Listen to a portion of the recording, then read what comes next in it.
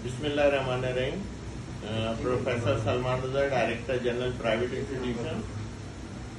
ये जो मैंने अभी अपने पिछली रिकॉर्डिंग में एक्सप्रेस को जो मैंने दिया इंटरव्यू, उसमें माफिया और खून चूसने का अमल और जो है प्राइवेट इंस्टीट्यूशन सील करने के लिहाज से जो मैंने अपने इक़दाम कहे थे, उन अल्फाज को मैं वापस लेता हूँ।